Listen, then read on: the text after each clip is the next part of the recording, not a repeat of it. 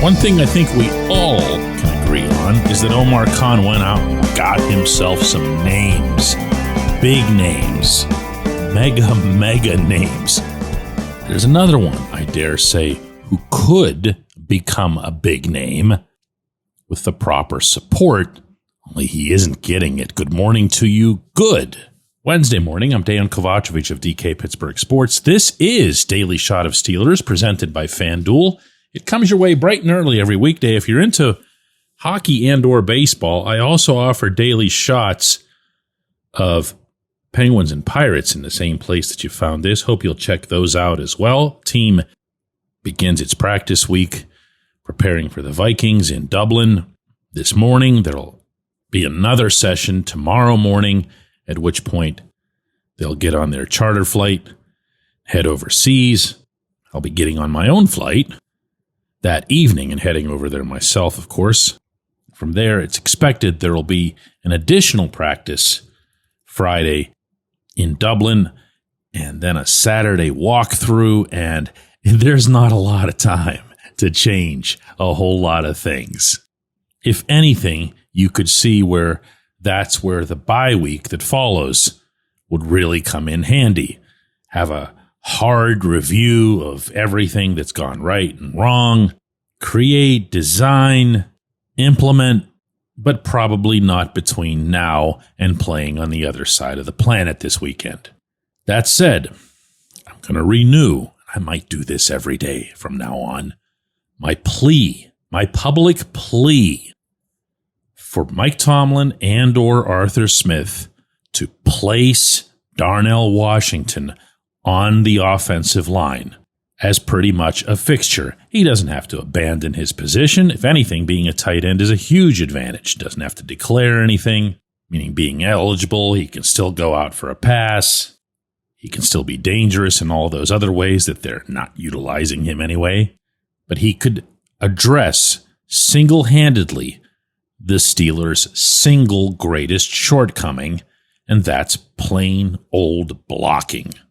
Buying time for Aaron Rodgers, buying time for his tight ends and wide receivers to run their routes. And we've all talked at length for months now, all of us, about these acquisitions, about Rodgers, about Jonnu Smith, about DK Metcalf.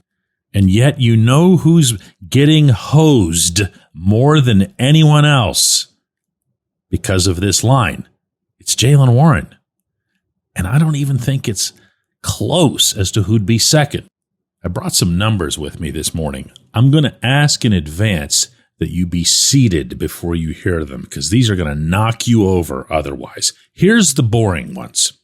18 carries for 47 yards. I'm talking about in the 21-14 victory over the Patriots Sunday in Foxborough. 18 carries for 47 yards. Blah.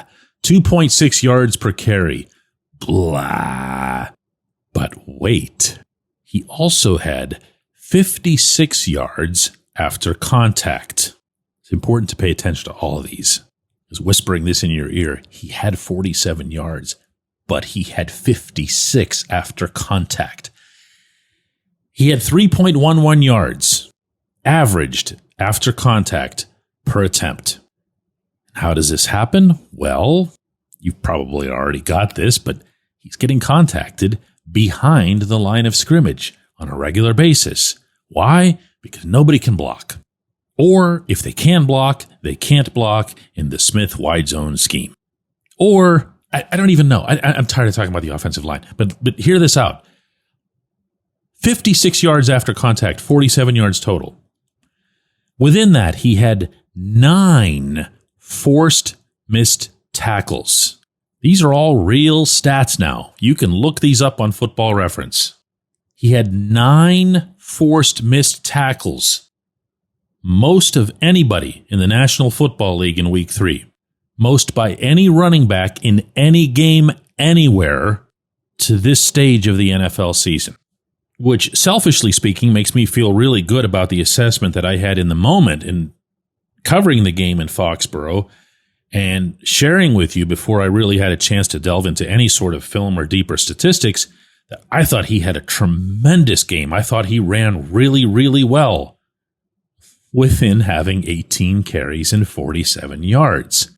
But that only makes me wonder all the more, what would he look like if he had even ordinary or blocking that would be in the, out of the bottom third of the league?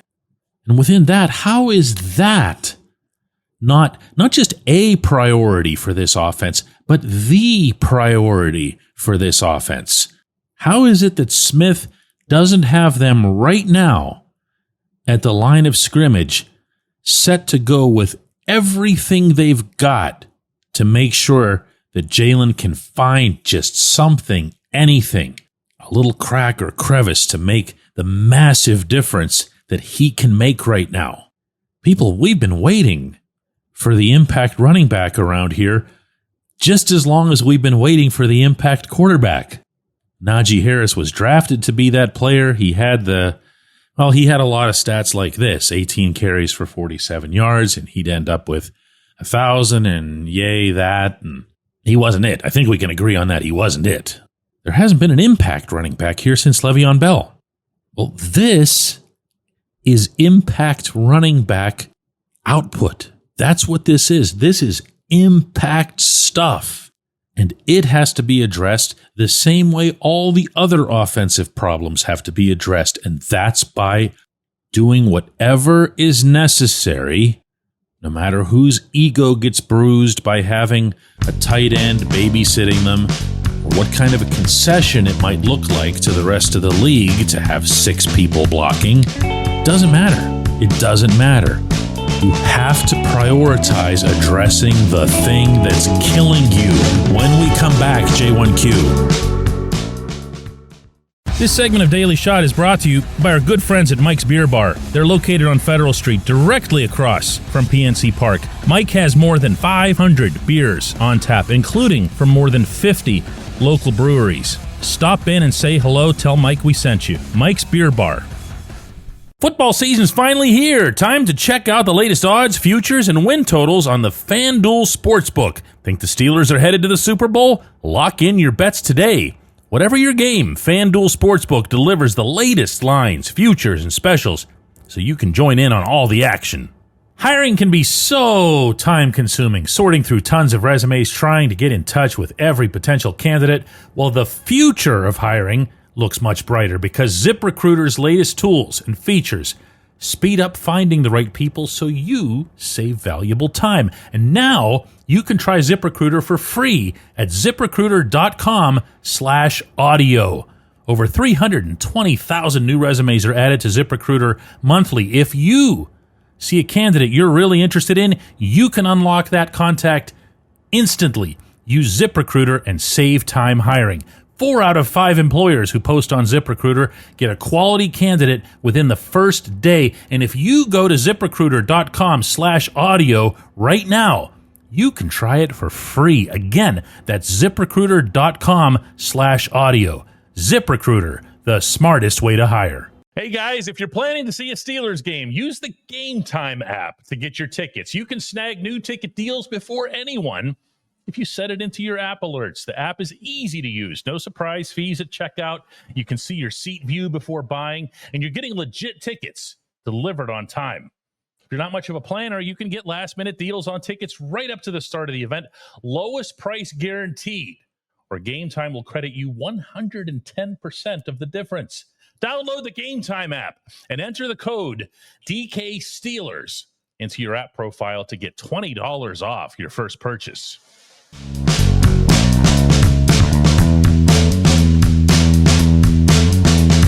Today's J1Q comes from Marcus LaCour, who says, DK, I love listening to you as I drive to work in the mornings. Appreciate that, man. Question for you, he continues. In your days of covering football, have you seen an offensive line go from being one of the worst to a top 10 as the season goes along? It's just hard to watch because of how much we've invested in them in the draft. Do we just need to be patient? Well, Marcus, you bring up one of the few things about the line that I haven't brought up this week, And that's that the investment part contributes to this scenario that you're seeing. Meaning, you've put a first-round pick and you traded up in that round to get Broderick Jones. This is one thing that doesn't vary much from sport to sport, team to team, executive to executive. They hate to see their first-rounders fail. And they will place that atop almost any list you'd put in front of them. In other words, do we need to get better offensively? Yes, we'll rank that right here. Do we need to buy more time for Aaron Rodgers? Oh, yeah, that goes right here. Do we need to maximize Jaylen Warren? Oh, sure, yeah, we'll find some space for that here. Do we need to rescue this Jones pick? Whoa, that goes way up there. Way, way, way up there. Now, to an extent, you can understand that because of the human factor. There's so much. It's not just about the money. It's not just about the pick. It's not even about the trade up. It's that so much of people's time and travel and film study and getting to know the families, taking 100-some kids out to dinner. So much goes into the draft. And not just even that draft year, for years leading up to it, to that class, that the magnitude of that loss, meaning blowing a pick like that, can feel who knows how much more excruciating than just another game loss on a Sunday. I don't think any of us can relate to something like that. Most of us don't have jobs like that. Our goals tend to be in smaller sample sizes. But the draft to these people in this world is larger than life. It's everything those 3 days. And then to have Jones go out and have himself an encouraging rookie year, and he did, and then to slip backward the way he did last season, and already this season it's been uneven. It's not just him.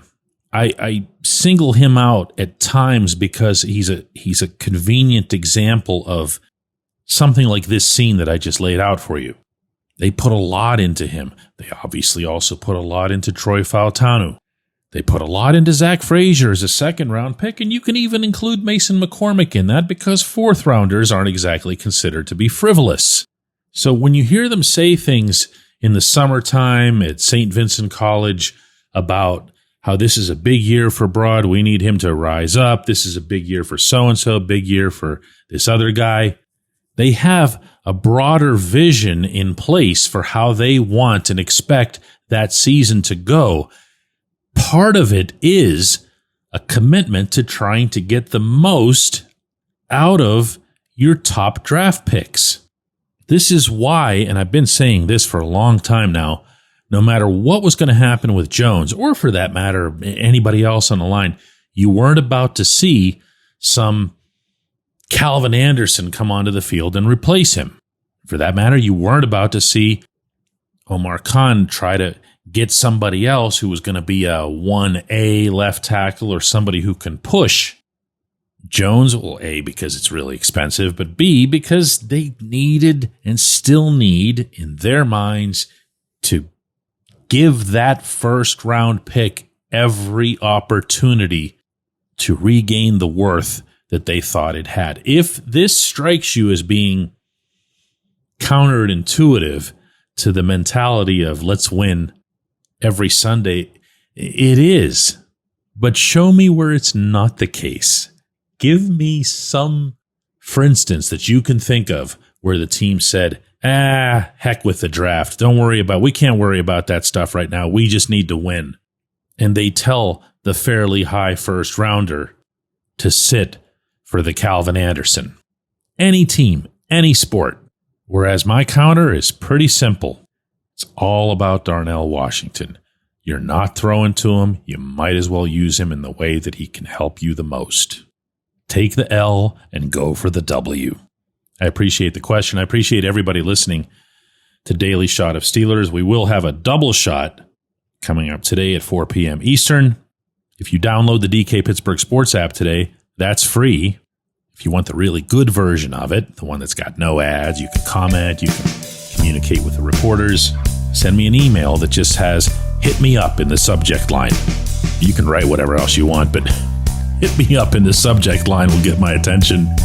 And send that to dk@dkpittsburghsports.com. And we'll do this again tomorrow.